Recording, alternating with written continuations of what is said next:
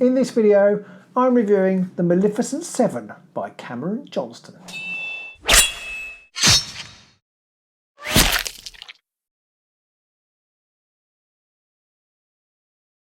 Hello AOS fans, Robin here with another book review for you, The Maleficent Seven by Johnston, which has got a wonderful title. As soon as I saw this book, I thought I've got to read that. I just love plays on words like that, so I thought I'm definitely going to read that book.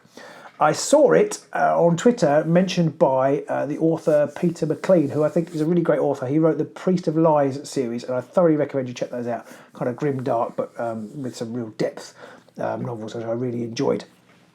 This one he recommended, and I have to say it's really good. It's I thought it might be quite light. It is light in some ways, but it's not funny. I thought it might be funny. They're kind of like bad guys doing the whole Seven Samurai type thing, and that is definitely much the theme. It definitely is kind of nasty characters in a Seven Samurai situation, but it isn't at all. It isn't at all funny. It is very good though. It is grimdark. It's some pretty dark characters in there, but there is some redemption and some lighter themes too. I find sometimes grimdark can be unrelentingly gloomy. This isn't unrelentingly gloomy, even though the people in the book are quite horrible a lot of the time. So the book opens with a little prologue, which happens 40 years before the main events of the book. In that prologue, a character called Black Hera, who's a demonologist, is about to see her dastardly plans come to fruition, and she's about to take over the world, and she's going to split the world basically between her and her patron demon. However, she has inner doubts because she is pregnant, and she, instead of kind of completing her ritual and sort of selling her soul completely to this demon, she decides to go into hiding. Her army collapses and the world is saved, if you like. But only saved for so long, because 40 years later, Hera is now a grandmother. She lives in this little town, and coming towards the town is this new army. And this army is very different to what Black Hera's was like. This one is kind of, if you imagine the Stormcast Eternals in Warhammer, it's like those sort of golden light, purity, and basically you have to be very devout, and if you're not considered to be worthy or devout enough, then basically you're killed. So it's a kind of very lawful taken to an extreme, which just goes out the other end and becomes incredibly bad too. So she doesn't want this to happen. You know, villages are being razed to the ground and their inhabitants slaughtered. She doesn't want this to happen to her town, to her family. So she goes about getting the band back together.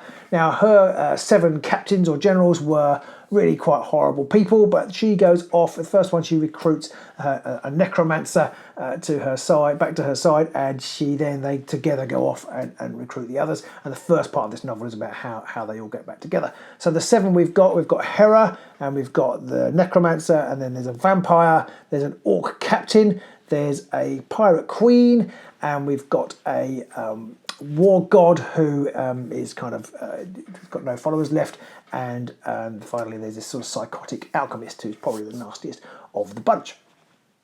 They all get together, so they draw together, and the first part of the novel is this going to work? Because they all basically don't trust each other. They all want to stab each other in the back with good reason, because they've all got reason to stab one another in the back, and they're all really untrustworthy. So you've got that interplay and dynamic going on, and you find out a little bit about their characters and what their strengths and weaknesses are. And then in the second half of the book, we've got this sort of Seven Samurai type situation, very David Gemmell. The book is very reminiscent of David Gemmell. I don't know if he's an influence on Johnston, but it really feels like those early Gemmell novels where you've got, against all the odds, Dross the Legend has got to hold up this sort of fort in order to bring victory to the day, and it's exactly the same with the Maleficent Seven. And it really works, even though every single character is really quite dark and black at heart. They've all got some sort of redeeming quality. Most of them have got some sort of redeeming quality, some human side, which makes you empathise with them. And Johnston is very good at bringing in sort of more incidental characters in the town, which helps you empathise with them, and they have little story arcs as well, which keep you reading. And it's just a really great book. There's a reason the Seven Samurai is such a popular kind of influence throughout culture since it's been made. There's a reason for that, and it's because, and the Maleficent Seven typifies that. There's lots of themes in here which are just really pull you along and make you want to read it. I think it's a really nicely constructed novel. I don't think there'll be any more. I don't want to give too much away. I think it's probably standalone. That's not a bad thing. Hopefully Cameron Johnston will produce some more novels because I really enjoyed this. I'd definitely be interested to see where he goes. There's some really, like I say, there's some really human aspects as well as all the really great combat and kind of set pieces. Some of the set pieces are pretty gross as they try and set up these different ways of defending the town. There's a reveal in the book which is really quite surprisingly tender and emotional, and overall it's got a really nice balance of emotional heft, even though you don't really want to side with these people, and just great action scenes. So that's the Maleficent 7.